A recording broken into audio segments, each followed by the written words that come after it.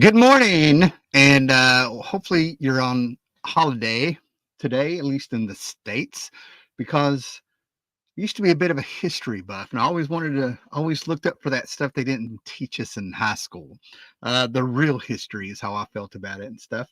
And this was a day that I was so glad was made into a holiday because when I first read about it, I was like, oh my gosh, that's historic. So here we are on Juneteenth, 11:33 a.m. on the East Coast of the United States, EST. Um, and man, it is a sunny, wonderful day in the year of our Lord, 2024. So hopefully you are outside having a good time and not working today. Today we are off. And I've returned from a vacation we took to the family. If you have me on Instagram, even on Facebook and stuff, you've already seen I was at Myrtle Beach, South Carolina. And I'm going to go ahead and tell you, I enjoyed myself and I bought one book because we stopped at a Books a Million there, and I'll probably be showing that. And you're not going to be surprised what it is if you know this channel and stuff, right? So a lot of things have been going on the YouTube community out there on YouTube. Comic Storian. I actually was asked about him at the Books a Million, one of those at Myrtle's Beach. There's two of them. I was actually asked about his passing for his fans and family. Godspeed. Um, and yeah, this is kind of wild. There's been like a lot of going on. A couple of weeks ago, we lost what was it? Tim Vo, who was Lord of the Long Box. Turns out I had him on my Facebook. I didn't say too much because we did a few live streams, which blows my mind, which I think was like 10 years ago. If that and our paths just never really crossed too much, that was sad. And of course, Ramona Frandon, quite a few people in the comic book industry has passed away over the last few months that we've talked about. Mark Bright, Ramona Frandon, Ramona Fandom, if you will. I want to quit because there's stuff going on over here. It would not be a Howler Mouse live stream without things taking off and messing up. Okay, guys. So, with that being said, I'm going to show you some of the things that I have picked up at random Walmarts, antique shops. Um, probably over the last month. I haven't really done anything. Did not go to Heroes Con, which I'm seeing from a few Instagram posts and very few YouTube videos, surprisingly. But apparently, everybody had a fantastic time, and apparently a lot of stuff was supposedly overpriced, but I guess if you were there. I've seen one video where I watched one person, and I have to be very forgiving. I never thought I would be this guy, right? But what's sort of happened a little bit is that it is painful for me to kind of watch people waste money at comic book conventions. I watched one person who I'm probably not going to watch anymore. And if it wasn't for my buddy Josh, I wouldn't have rechecked their channel. But it's not a critique on their ability per se. It's the experience I have versus the experience they have. But if you go back and watch a live stream I had probably around Memorial Day of this year, 2024, you'll see that I picked up a lot of great books. Oh, as a matter of fact, they're on my Instagram if you actually want to see what they are. Howler Mouse on Instagram. But anyway, the same around the same day that I was at the flea market, I found a fantastic copy of Commanding Number One, which makes it my third or fourth copy that I got for $1. I think that's what it came to after I did the math for the complete set of books that I had. But at the same time, on that day, around that day, he showed that he got a Commanding Number One for $50, and I was just sort of like, oh man. So yeah, it's kind of hard to watch when I'm watching them do these things, and I'm just sort of like, you're not digging in the right spots, or you're spending a lot of money needlessly. And I got to remember, a lot of people have money that they're not as self-conscious as a lot of people are when it comes to spending a lot of money. And over the years, there's been many. Cayman X, good morning. How are you? Good to see you there. But there's a lot of people that over the years, people have tried to become a YouTube sensation through comic books and stuff. And there's been many, many, many channels that have come and gone who spent a lot of money buying comics and then got very frustrated because they weren't getting the views and the hits and things like that. Right. This channel is always about how to get it on the cheap. And every now and then I do treat myself where I just go ahead and do it now that my budget has changed due to lack of new books really interesting me. Okay. So I've shown the interest in me, right? So with that said, let me show you what one of the things that I picked up in Myrtle Beach at a Books a Million. Like I said, it's not going to surprise you, and I can't believe that I have another one of these. So without any further ado, for you fans of Comic Cam, he is here, he is back, and here he comes. All right. Hello, Comic Cam. How are you doing? I'm doing just fine, Howler Mouse. I'm just your phone. Quit acting like I'm a person. So anyway, what we have here is another collection of Watchmen. If this channel, you know, this is a staple. This is a staple book on the Watchmen, whether you love it or you hate it, whether you think it's overrated, but you cannot ignore the merits of what this book did for the comic book industry as at whole, with the audience and everything that's going on. And I am going to say that I have seen the trailer that is out for part 1 and I guess part 2 of the animated straight to DVD Watchmen adaptation they're doing. And it looks like we're getting something that is going to finally be a faithful adaptation of these 12 issues. So people can argue about, hey guys, there's nothing wrong with the Ultimate Snyder cut. And we can also hear people say, you missed the whole point of what they were doing in Watchmen with this. But I think the trailer looks fantastic. I will be getting the DVDs, Blu-rays, whatever they come out on. So check them out. I would say that the motion comic is the way to go on that, but it always bothered me how they had one narrator who did a fantastic job, but they had one narrator doing all the voices in the motion comic. The motion comic is all over YouTube. You can find it for free and things like that. And the only thing about the Snyder Ultimate Cut, which I think is fantastic, the theatrical cut is the one that blew my mind. Like, that was horrible. They got 2-3 things right. Then the director's cut came out. I missed that one. But then the Ultimate Cut came out, and I had that bought for me as a gift around 2009, I believe.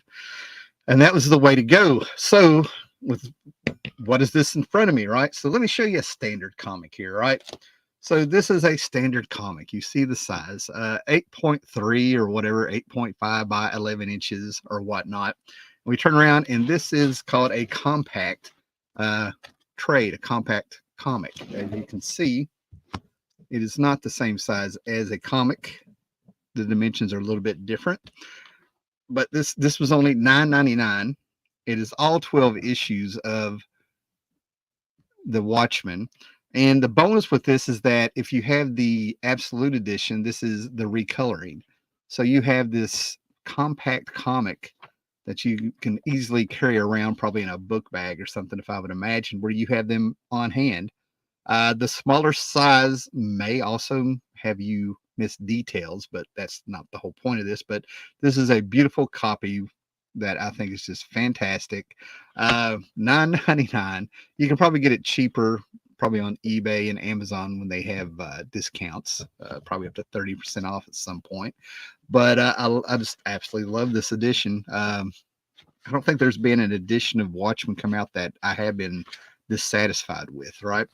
So not only are they doing these compact editions just with compact comics, I don't know quite what they're going for, but as you can see, they're going to be coming out with Azrael's Joker, if they're not already out, American Vampire, that god awful Wonder Woman Earth One that I found unreadable, Batman Hush, and all the greats here. V for Vendetta, Superman Red Sun, Human Target, if you'd like that. People seem to have liked that.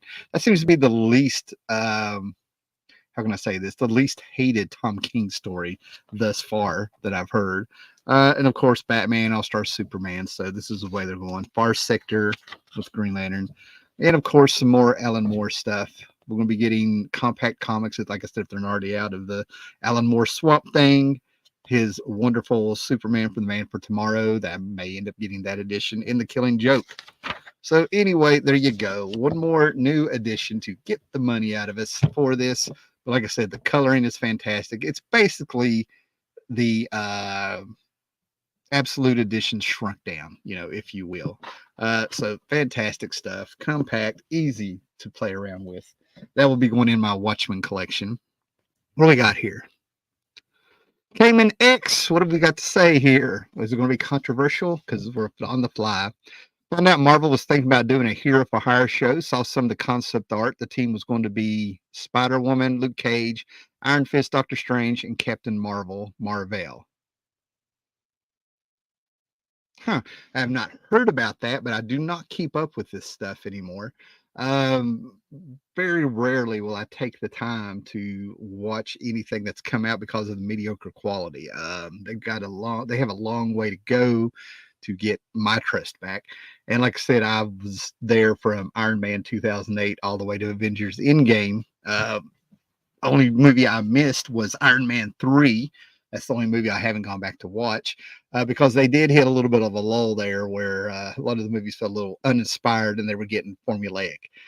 So when it comes to a Disney show, a lot of those shows I feel are just maybe a step above a CW show quality, and those broke my heart because I'm a DC guy. Worlds of Tomorrow, getting a chance to see things like Infinity Incorporated in the Crisis on Earth X and Crisis on Infinite Earth and stuff like that. A little bit of a disappointment stuff, right?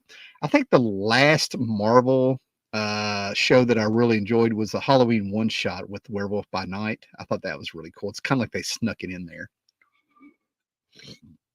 What do we have here? It was a cartoon. Got you. They were thinking about it. Oh, got you. There's a little bit more information here, people. They were thinking about it in 2006. So I definitely did not hear about this. I think it was all about the Venture Brothers back then, the Legion of Superheroes show, and what else was out there? Cartoons where I watched Venture Brothers, Legion of Superheroes, and the Batman show of the 2006. All these are probably on Max except for the Legion of Superheroes. Crack is here. Good morning, Crack. Puff Comics. Puff, if I remember right, I have been following your stuff where you went to Heroes Con. Looked like you had a blast. First one, been to several since the 90s and stuff. Crack is in the house. The Halloween one shot was pretty fun. Oh, fantastic. Got you. Got you. All right. For you guys that just came in, I'm just going to kind of show you this, let you know it's out there. Average size comic, compact comics of Watchmen. $9.99, books a million. You can probably order them on Amazon, probably a little bit cheaper. But basically, it's the Apple Absolute edition of Watchmen shrunk down because it has the same coloring as the Absolute edition. And it is just the Watchmen shrunk down. So if you were a fan of things like these back in the day, this is why I ended up getting. I have enough Watchmen stuff, right? But if you were a fan of these pocketbooks back in the day, the blue ribbon digest of Adventure Comics and all that stuff back in there, I feel like they have the fun of that, even with the adult material and stuff. So this is fantastic. I've already shown a little bit, flip through it. And of course, in the back of it, they have more compact comics. That's what they call these coming out. So we'll be getting, sorry to repeat this for people, but we'll be getting the Alan Moore stuff, Swamp Thing, Killing Joke, Whatever Happened to the Superman, Man of Tomorrow, and all kinds of stuff. All-Star School, Superman. But yeah, they're going to be coming out in compact comics. These are fantastic. There's a little bit of a Marvel kind of like little miniature masterworks that are smaller. I would grab one if I can. That kind of, maybe it's that with Marvel. I have some of the Doctor Strange one. Yep, smaller and interesting. Okay, Puff Comics. I want to plug him a little bit. We're live shooting from the hip, guys. My first time going to Heroes Con, it was great. Puff Comics. I can tell you were having a good time. The thing that I tell people all the time about down there is watch your money because you will get caught in the moment. I saw that a few videos and a few people letting you know that things were overpriced. I know some of the places to dig and, when I get there, if it's the same vendors, but also it's one of the greatest comic book conventions. I put Baltimore Con and Heroes Con there, but I put Heroes Con half a step above because it had stayed focused on comics. Okay, and I found out that people go to C2E2 and a few other New York and a few other big ones and stuff when they have made the trip down there, they're blown away by it. And I've heard that from creators also. So yeah, Heroes Con is one of my favorite. Hopefully, I'll get to go next year. They're already advertising it for the weekend. It's always during Father's Day weekend, but next year it's the weekend after in June. Mike Allred has already done the artwork to advertise for it. That's fantastic. Eric Breen has shown up. It's 11:30 p.m. already. Yes, it is on Juneteenth, the holiday. A holiday that I'm glad they made a holiday. They got this one right because I was a history buff. The usual cash cows coming out in yet another format. Nothing like selling old. How funny. Yeah, I've read watch them for so long. I've actually got a whole new take on that. So many comic book community members there. Yeah, over the years, I blew it last year. I had a little bit of a stressful first night, and one of my buddies named Josh ended up saving me. So when I finally started meeting some people on YouTube, I was a little bit escalated. It was a rough night, man. I got like 3 hours sleep, already traveled back to Virginia, got picked back up and made it back. It was a whole ordeal. Yeah, this year I went to the beach, Myrtle Beach with my family and stuff, right? So there's an antique shop I stopped at to get back on the books, and this guy has trades. I was going to go on a hike today and then stop by this place. Who knows, maybe I'll end up going back up there. But I decided not to. We're recovering from all the driving. Everything, and I got to go back to work tomorrow. So we're just going to like work on the house a little bit. I've already done a few things here, and hopefully I'm not missing any great things there. But this person, he has $5 trades. And I'm not going to say where this honey pot is. Either you know or you don't. For the local people here, there are people who just watch my videos to find out where the honey pots are around me. Honey pots are. Don't even leave a thumbs up. It gets on me, right? But this was fantastic, man. They have several trades from this person, and he had them stacked up, man. I had to go through them, really decide what to get.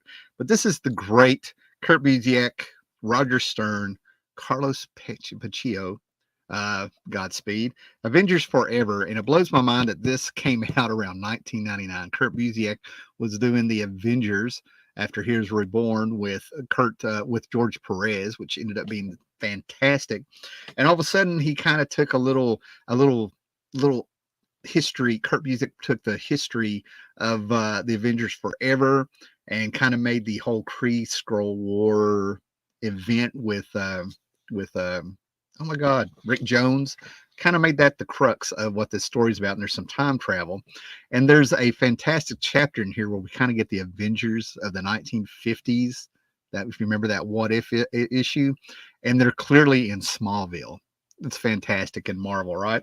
But this is the 12-issue trade. I have all 12 issues. I bought them when they came out. Kurt Busiek talks a little about what he was doing here in the introduction. Let's back up a little bit. But there's Rick Jones. And like I said, at the end of the Kree Skrull War, he was able to bring these Golden Age characters about, if you will. I don't want to do any spoilers or anything, right? So right away, we start seeing some of the this is big and this is cosmic because, we have Yondu's race here, if you know your Guardians of the Galaxy.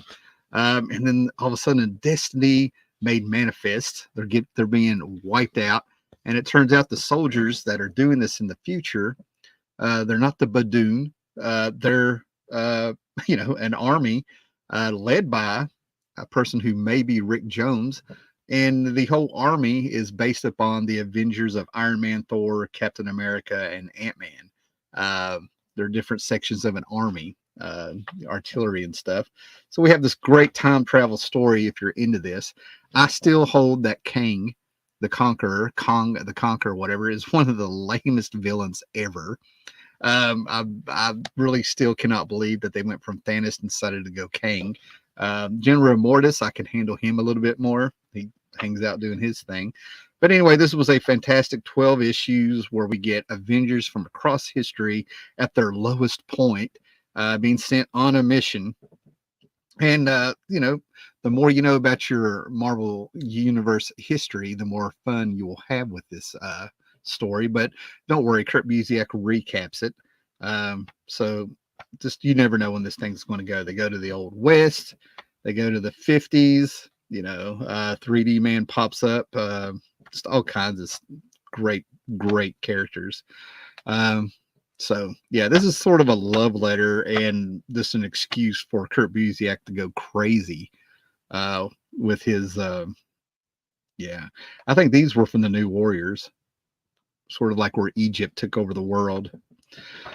But anyway, it's great stuff, and like I said, I can't believe this came out. I think it was 1999, and so I probably haven't read this since at least 2005, 19 years ago. So it's going to be like reading again. It's fantastic. 2018 is when the trade came out. If this is important to you, where's the year? Anyway, I'm going to go 1999. I'm not going to sit here and try to read that.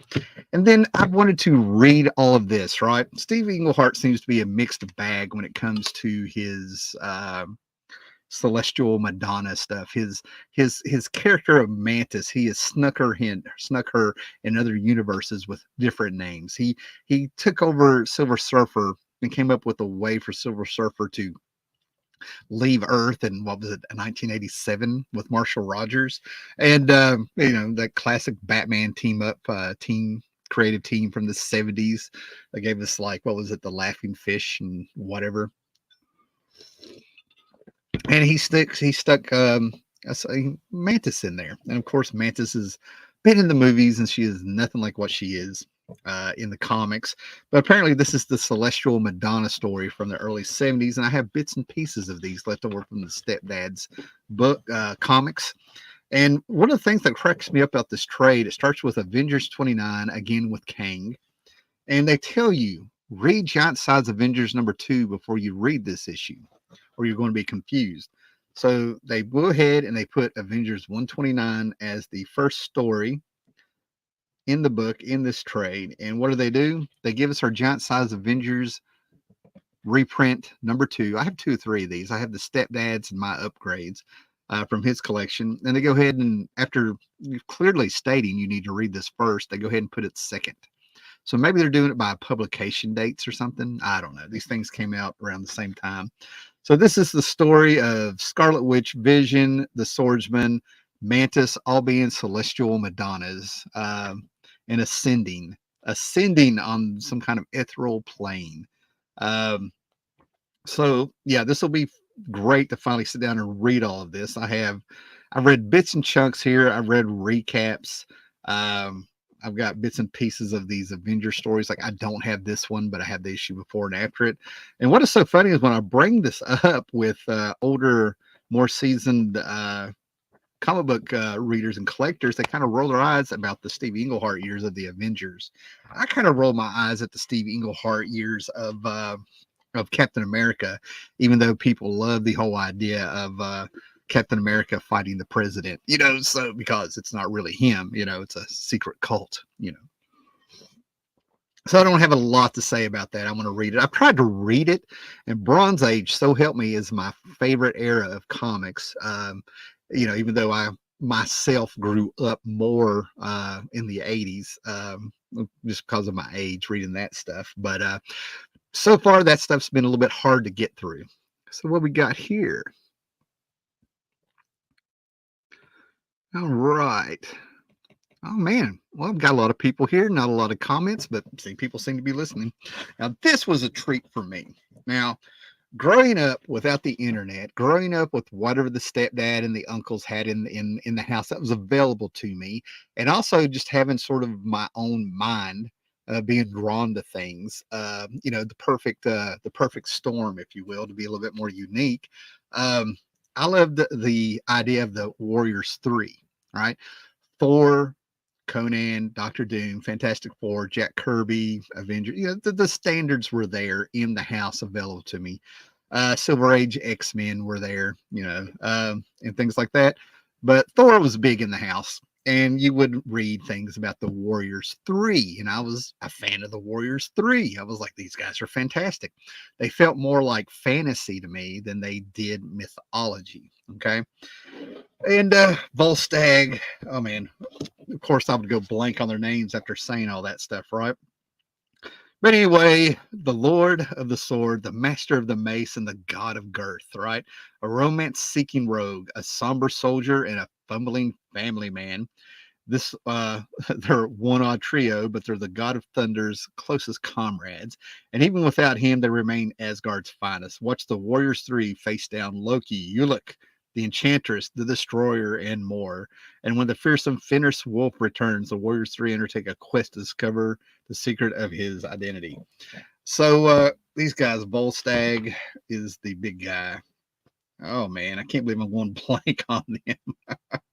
This seems to happen at least once a live stream. You know what I'm saying? Oh my goodness. But anyway, we started out with some great Jack Kirby stuff. This is at this point the complete Warriors 3, if you will. We got Jack Kirby, Maurice Severin, John Buscema, Charles Vess, who, like I said, lives near here. I've got tons of stuff signed by him. Deodato Studios. I thought there was a little bit more names in there, Stan Lee. But anyway, we go back and we get the Thor annual. Fantastic stuff. Vince Colita wiping stuff out. And then we get our guys. Now, why am I going blank on the Warriors 3? Volstagg is the only one sticking out to me. Good grief. Yeah, Hogan, Hougn, and we got sort of God, this guy was a throwback a little bit to like the 30s. He made me think of like Robin Hood a little bit back in the 30s and stuff, right? Like I said, these guys felt much more like fantasy. They were lighthearted, you know. But anyway, this is all the great stuff that's popped up everywhere over the years. Marvel Fanfare, Thor annuals, backup stories, God knows where. Fantastic Monsters. I have this entire Marvel Fanfare story signed by Charles Vess because I thought it was absolutely fantastic, you know, with the mythology that's in here. The trolls that look like gigantic frogs. But anyway, I'm going to have to move on because I have blanked out. It's not coming to me. And I'm probably going to yell like Tourette somewhere in the middle of this live stream where I start telling you all about these people.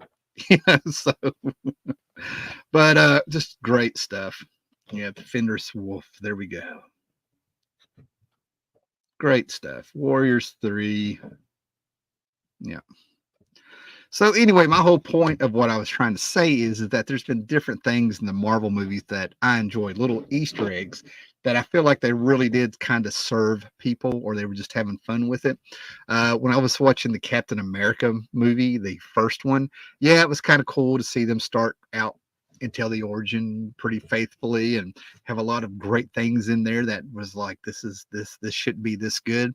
And then I turned around and I was like, oh my God, they don't tell you who these people are, but you see them in the background. I saw the Howling Commandos and Dum Dum Dugan. Dum Dum Dugan is one of my favorite characters because I read Godzilla in the house when I was a kid. Dum Dum Dugan was the guy who led the SHIELD agents against Godzilla, right? So I was a Dum Dum Dugan fan. Plus, he had the derby, and I could just feel the Jack Kirby in him. You know what I mean? In my opinion, you know. So all of a sudden, when I'm watching the movies, there they are.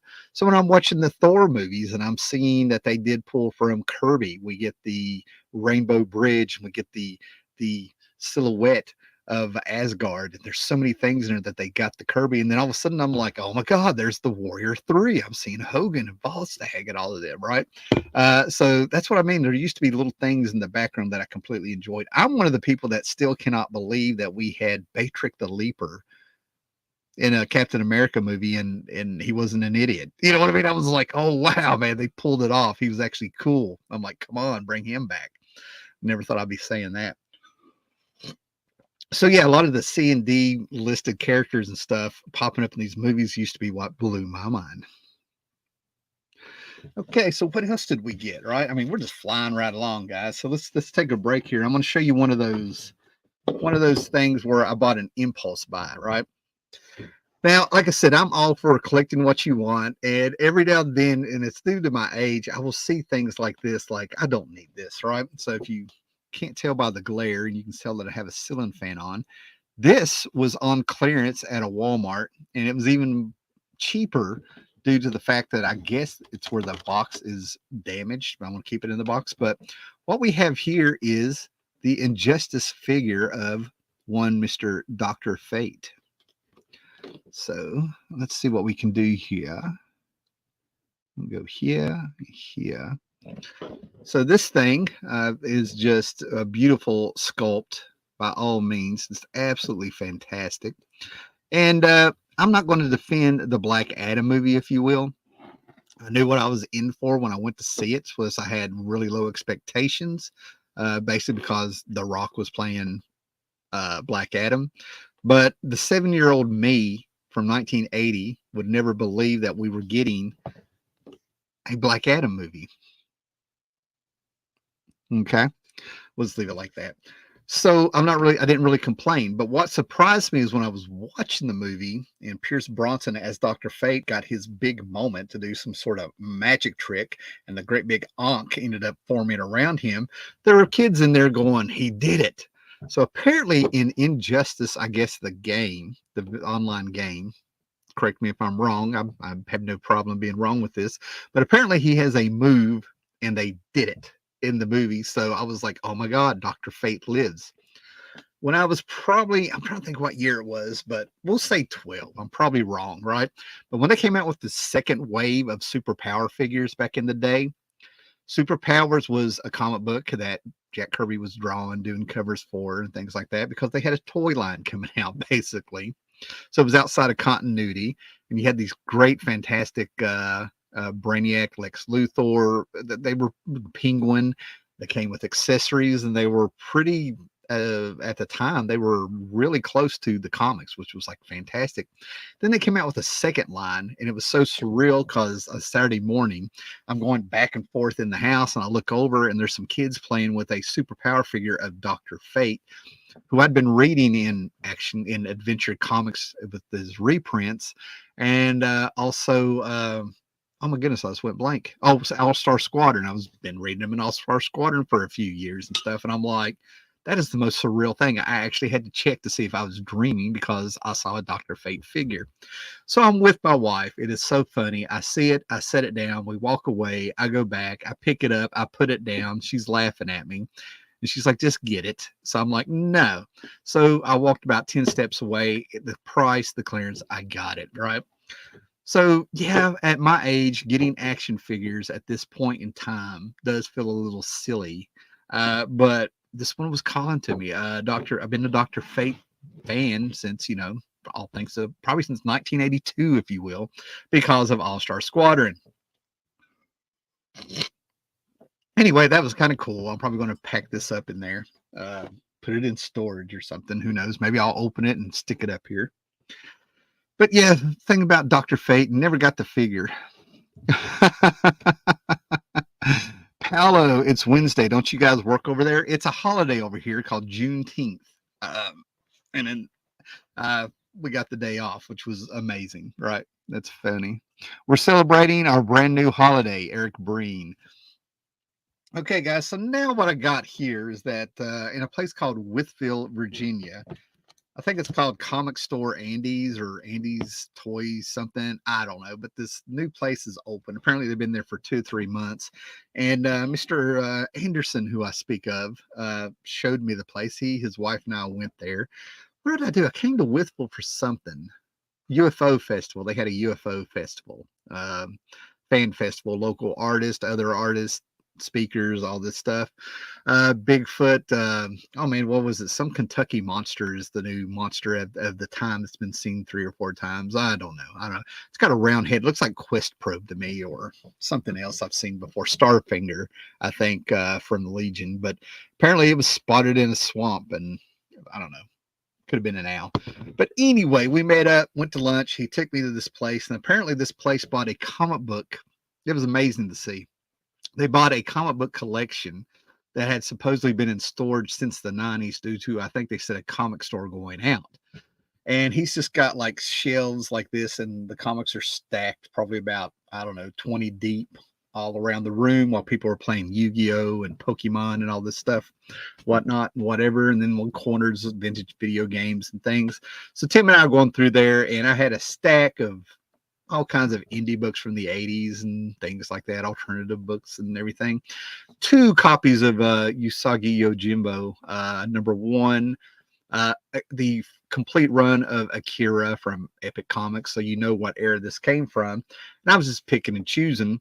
And the first thing the guy did is when we made our stack, he pulls out the phone and I asked him, "What are you using to price these?" And he was like, all proud of himself, like, "I'm using the Key Collector app." And I went, "You might want to try comicbook.realm. That's an actual price guide." And my buddy Tim looked at me and he was so happy I was saying something that when we left, he looked at me and he said, inside I was yelling, "Get him, Tim, get him." So the guy ended up using comic book, the collector app, and I just started putting stuff back, and I just went ahead and went with them because amazingly everything was $3 a piece.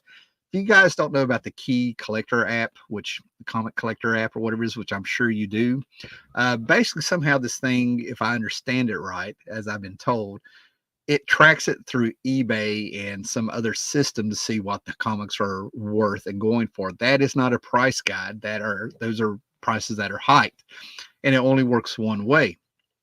So if a bunch of people decide to get something like crazy, like we'll say Amazing Spider-Man 300, and they decide to start the auction at 99 cents, are you going to give me the book for 99 cents if I run across it because your Key comic collector will tell you that's what it's going for on eBay right now? See what I'm saying?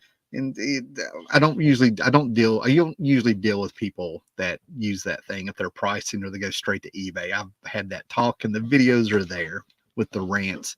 But anyway, I was there, so I picked up a few things, and it was some Now comics, which was kind of weird because I have been mentioning Now comics and stuff, right? So what we have here is Married with Children, #1. I'm a huge Al Bundy fan, right? I've actually got a banner on Facebook that I made years ago where I feel like I have joined an echelon of TV dads that are the best. Al Bundy, Red Foreman, Howler Mouse. Okay, that's the dream there, right? So anyway, yeah, we got this. We went ahead and got this. I ignored this stuff when it was out on the stands, and so here we are. I feel a little bit nostalgic. I have the complete DVD set of the series. Watching the syndication. It's got a Pluto TV channel. This is the ultimate, So of course I'm just going to grab it since they were there. And then we had the Married with Children special based on Kelly Bunny, if you will, and it has the giant poster still inside of it, right? So of course we get that, right? So yeah, these are just for fun because they were there, and I'm like, that's cool. And then we have Fright Night. Now in the '80s, okay, there was a thing where vampires were very cool. Even when they made a lame vampire movie, it was still cool. Okay, Once Bitten with Jim Carrey, still a fun movie.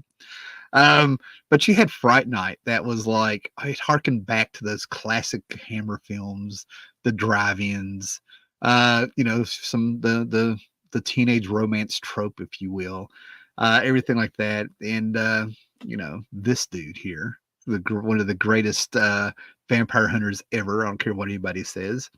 But yeah, this was a great movie, and this book actually had a bit of a cult following. I found out, despite the fact that the art was overly cartoonish.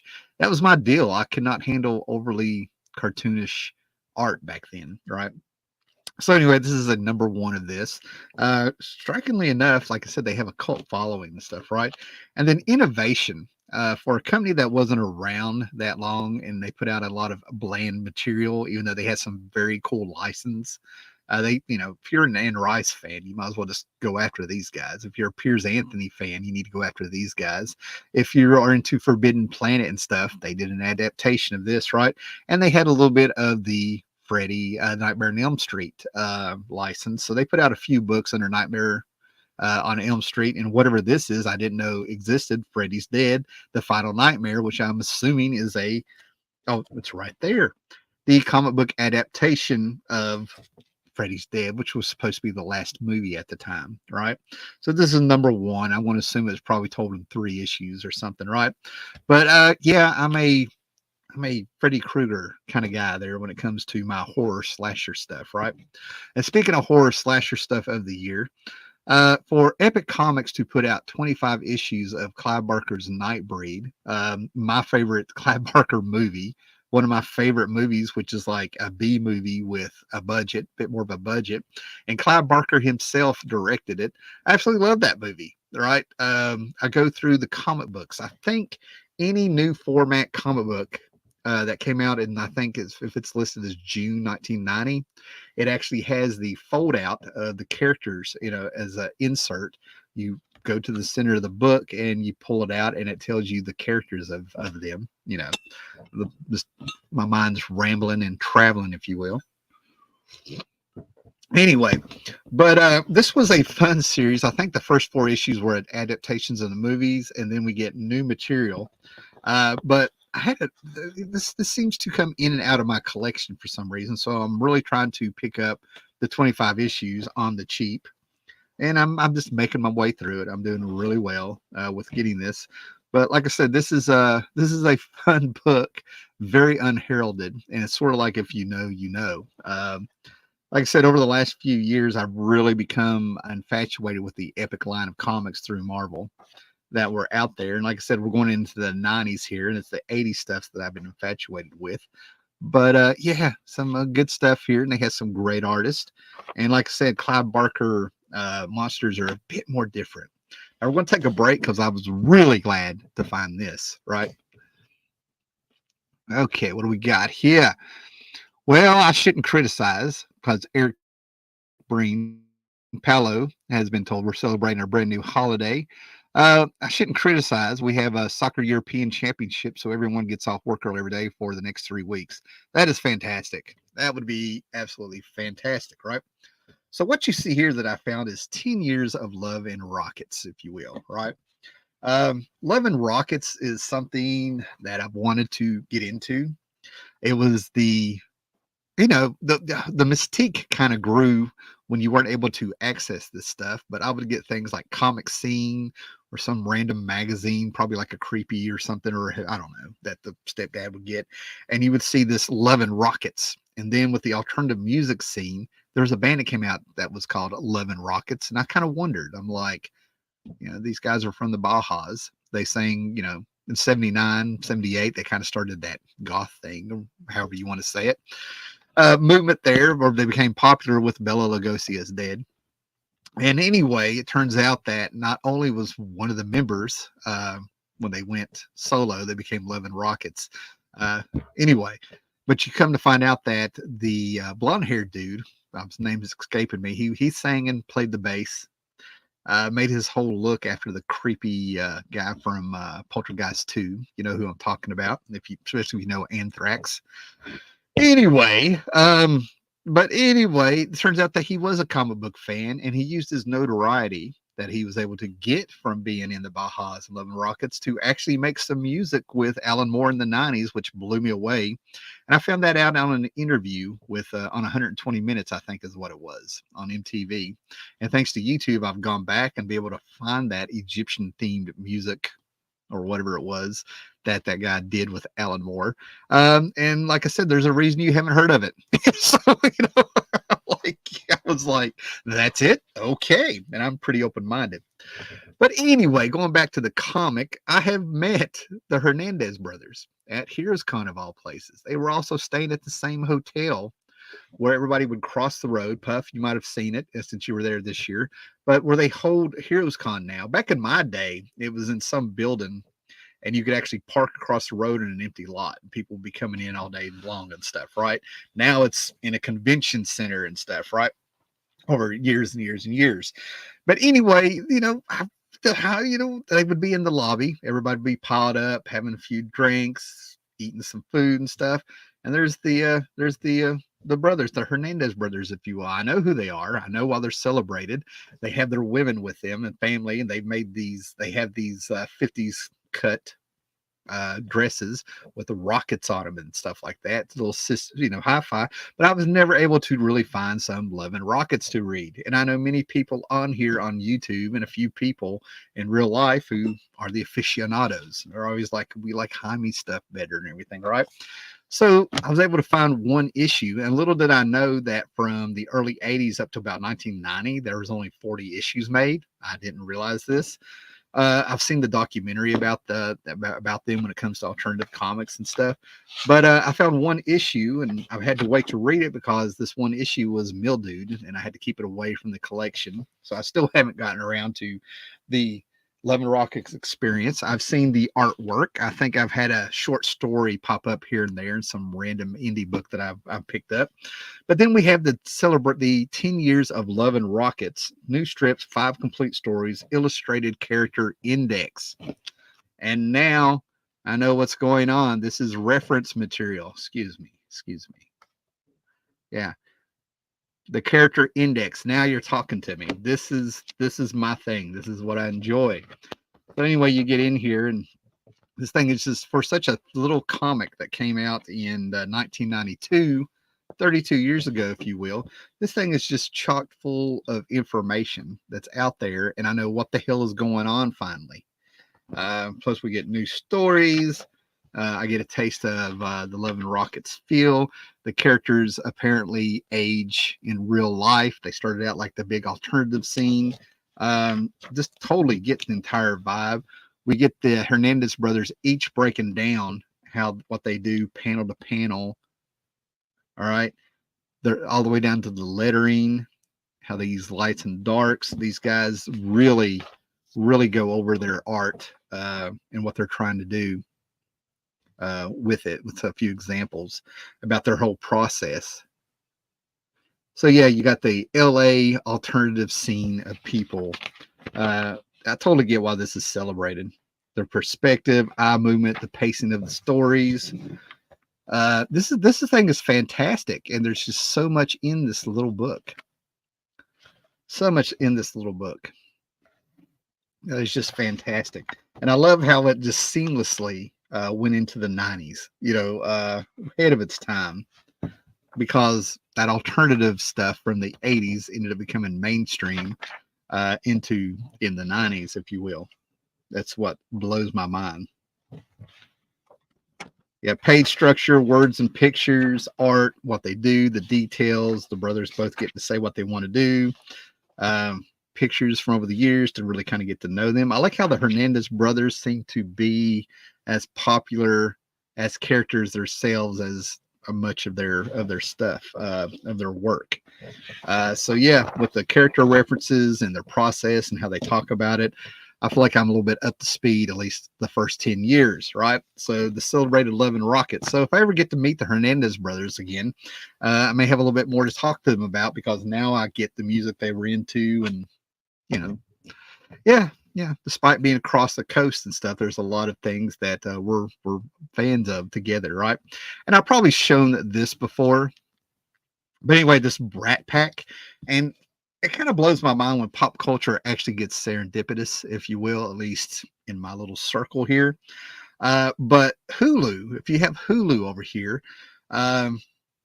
they've got a documentary talking about the Brat Pack cast of actors from the 80s. And actually, I think I'm going to watch it tonight, because I just really forgot all about it. So when Rick Veitch,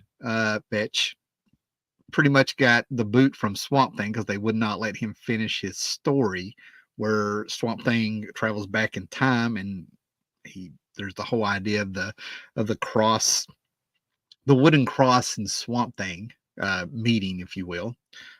He got beat off, and supposedly, as the mystique and grapevine goes, he ended up becoming a little bit disenchanted there, a little bit jaded, and he took it all out in this miniseries called the Brat Pack, about the this kind of reminds me of the Boys before there was the Boys, if you will. You know what I'm saying? Garth Ennis says Boys, the Boys. But you would see these advertisements and stuff, this black and white art and stuff, and it's called the Brat Pack, about the sidekicks. In the 80s, the Brat Pack were a group of actors who usually worked with John Hughes, they were all connected. Ali Sheedy, Judd Hirsch, Andrew McCarthy, Molly Ringwald, the Queen, if you will. St. Elmo's Fire, Breakfast Club, 16 Candles. Oh my God, I just saw one really bad one last night. I couldn't finish with Judd Hirsch. There's one movie where Judd Hirsch, who was the coolest at the time, returned after 5 years in this town to reconcile with his dad, just to find out that his dad had been murdered, and now he's out for revenge. And I tried to watch, even the Ellie Sheedy's in it, Even I tried to finish that. I couldn't do it. Some people try to say Short Circuit, if you remember that movie. Who's Johnny? Johnny Five. Trying to say that's a Brat Pack movie. But I think I'm trying to think if that was like the first era, at least since the 50s, where the teens we were represented in those movies and stuff, right? Because I still watch those every now and then. I talk more about the Breakfast Club, yet it seems like 16 Candles is the one that cracks me up. There's also She's Having a Baby. I mean, we get into some obscure stuff. And right now, I started trying to watch the Brat Pack documentary on Hulu. Saved it because I didn't think my wife was going to be interested. And of course, when I started looking around on Hulu, they had Betsy's Wedding with Molly Ringwald, written, directed, and starring Alan Alda. So yeah, sorry, I'm all over the place here.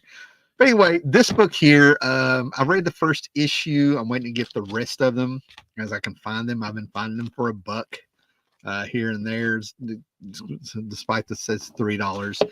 No, I've been finding them for $1. I don't know. There's 5 or 6 issues, so I'm just going to kind of keep getting this. But yeah, it's no respect for sidekicks, man. No respect for sidekicks. What's going on? How ridiculous it is. What do we got here? Victor Shade, how are you doing? Great to see you. Okay, let's get rid of that. Now I'm going to show you what I've been reading. I got a few more things to show here, right? But this is what I've been reading, okay? So if you know who Peter David is, right? Peter David really bust out on the scene with Hulk, right? The Incredible Hulk, at least in my circles, right? That's how I remember it, right?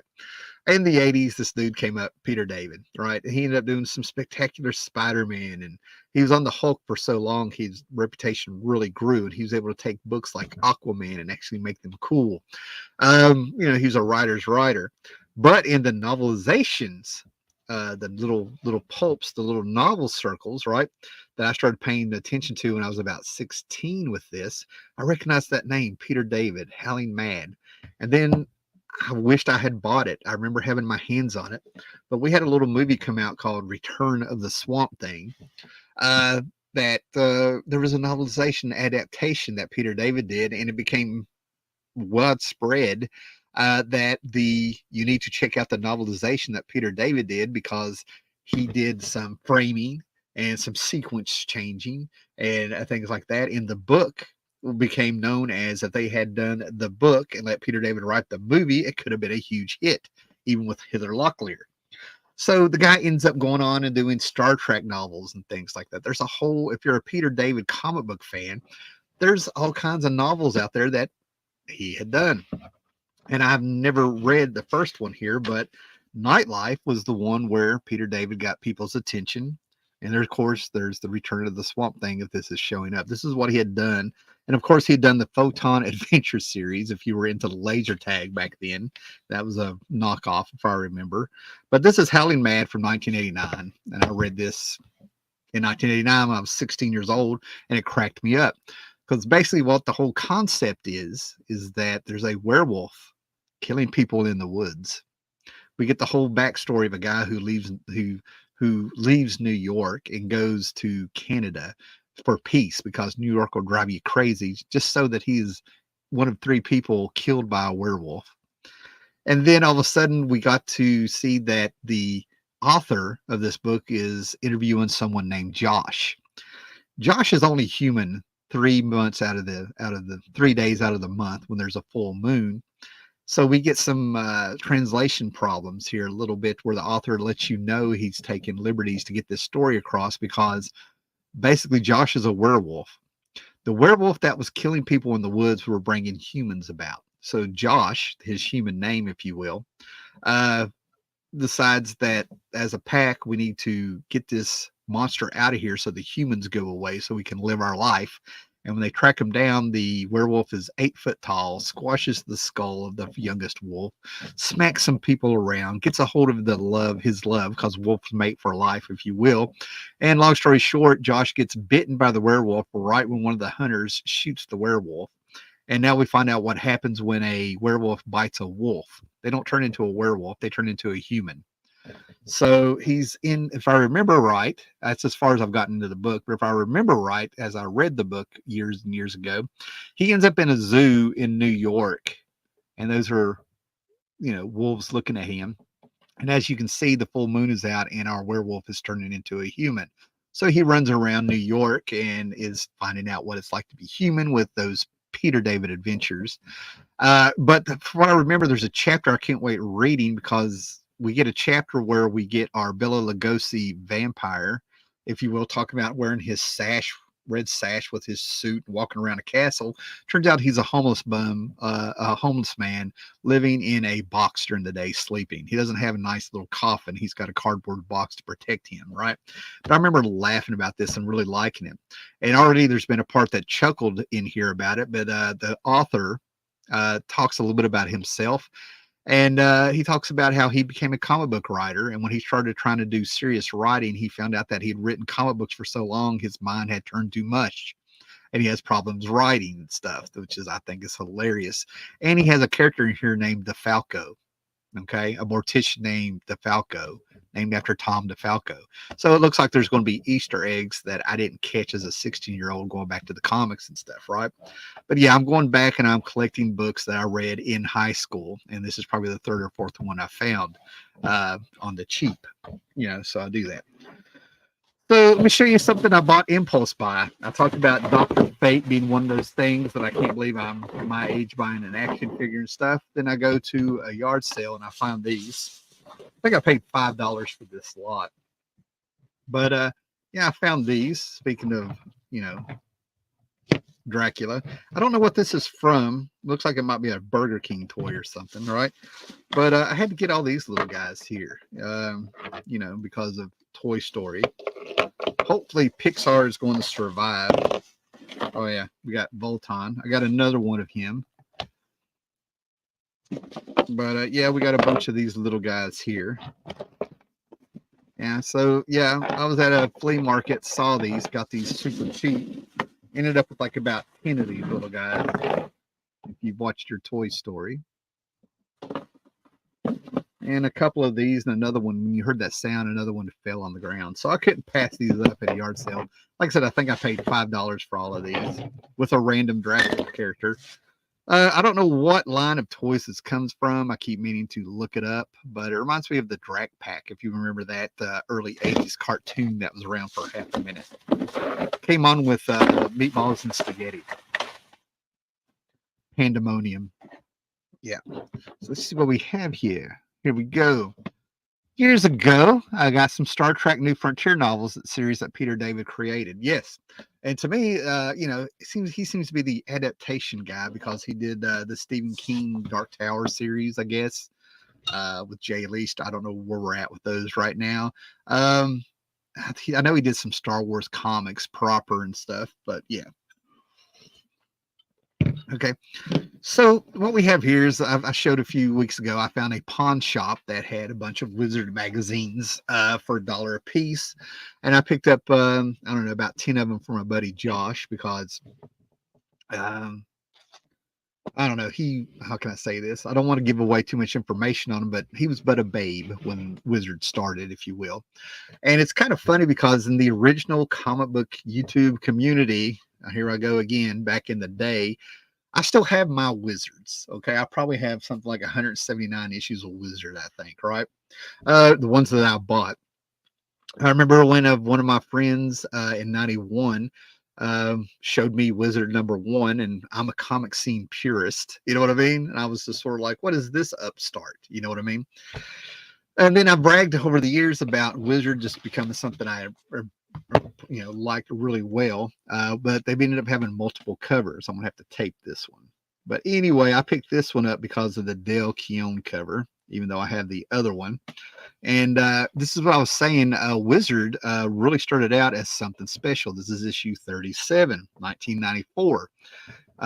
The best issue of Wizard I think you need to get is the 5th anniversary edition. I think it's number 60. All right, that's the one. Anyway.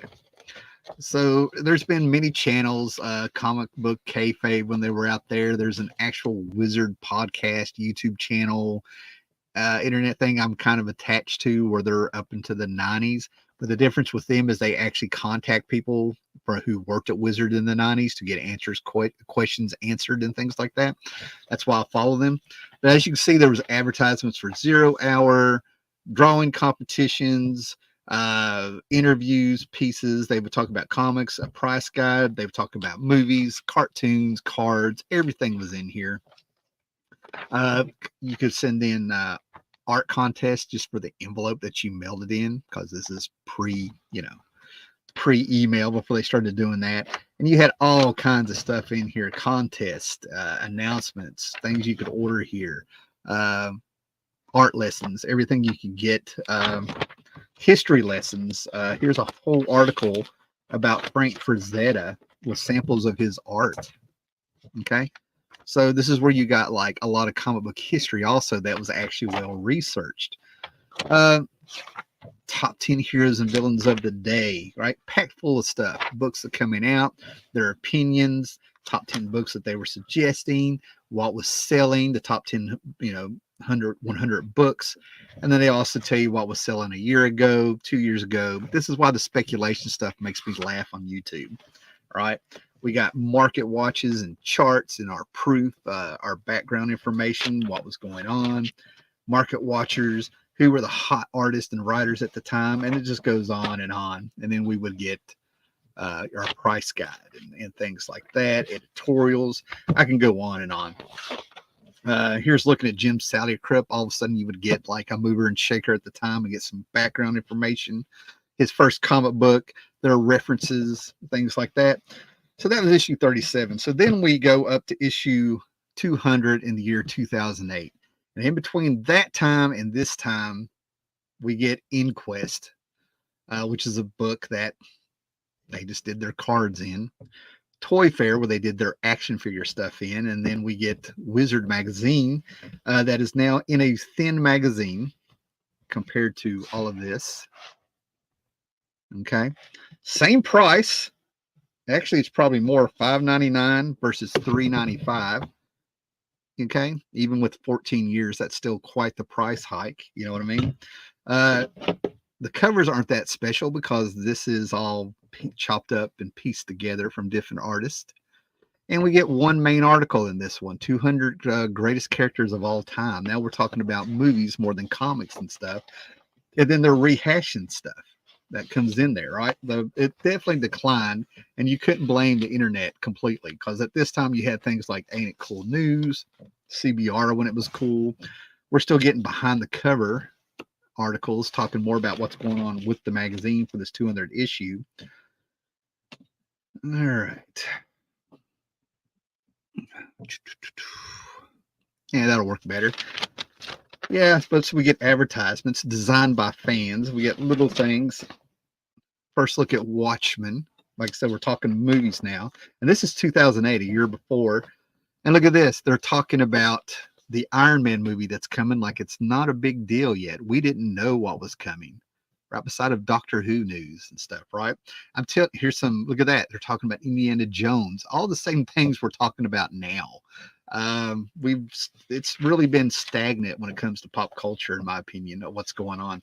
Gary Oldman as Bruce Wayne, like I said, Bendis' Secret Invasion. But as you can see, it's really diluted. A little bit about video games, whatever this stuff is, statues that are coming out. It's more like advertisements and stuff. It's repetitive. And then we got people like Seth Meyers and Bill Hader talking about their comic book roots, if you didn't know that, because they were big on Saturday Night Live. Whatever you needed to know. And then all of a sudden we get pages and pages of the top 200 characters in comics. And just to let you know, somebody at Wizard was a huge Wolverine fan, which is why we have all the Wolverine covers with Wizard. So of course Wolverine would be there. But it was at this point in time, that I'm pretty sure I was already away from Wizard, unless it had like a Watchmen movie update or something to go with my Watchmen collection. It was issue by issue instead of like put it on my pull list, right?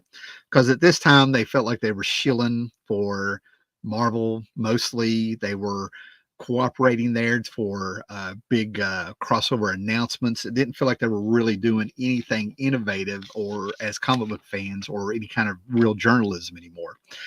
So this is all hacked up from the top 200 characters, and it feels more like they were doing this to be like what Rolling Stone does now when they do music and the top 10 albums or the 10 worst songs from the 80s. They're not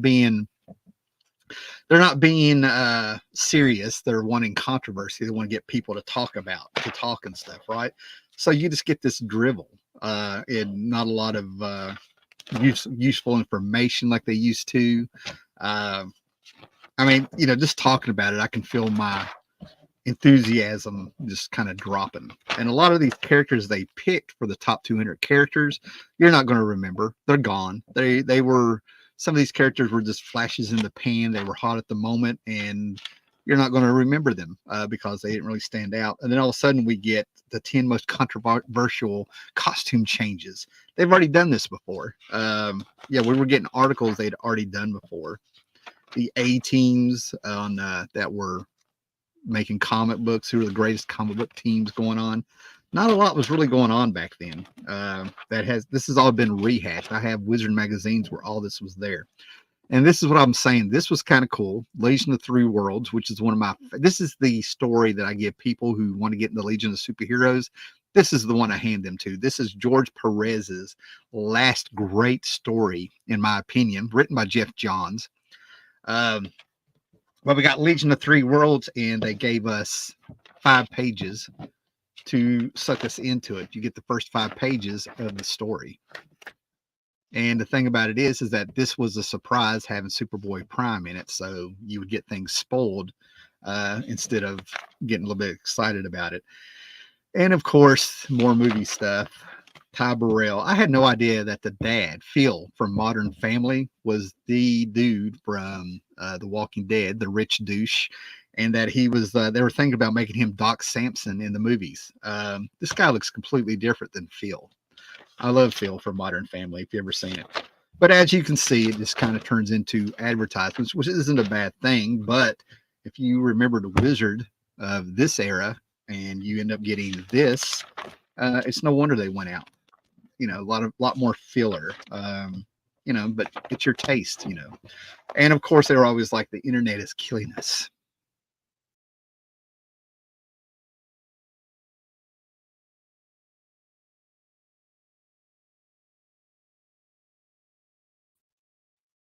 Hey, am I still there? Yep.